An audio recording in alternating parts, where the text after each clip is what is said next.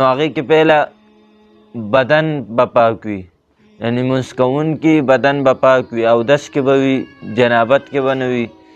دویم نمبر کپړې به پاکې وي، یعنی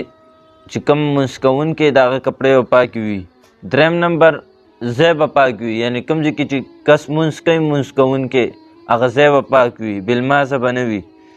څلورم نمبر ستر عورت به پټ وي، سړي ستر عورت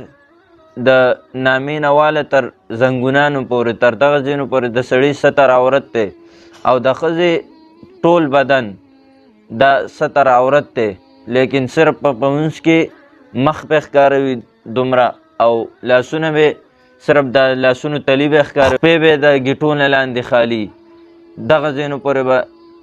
ښځه ښکاره کولی شي، خپل بدن نور نشي ښکاره کولی. او ښځې دپاره دا بهتر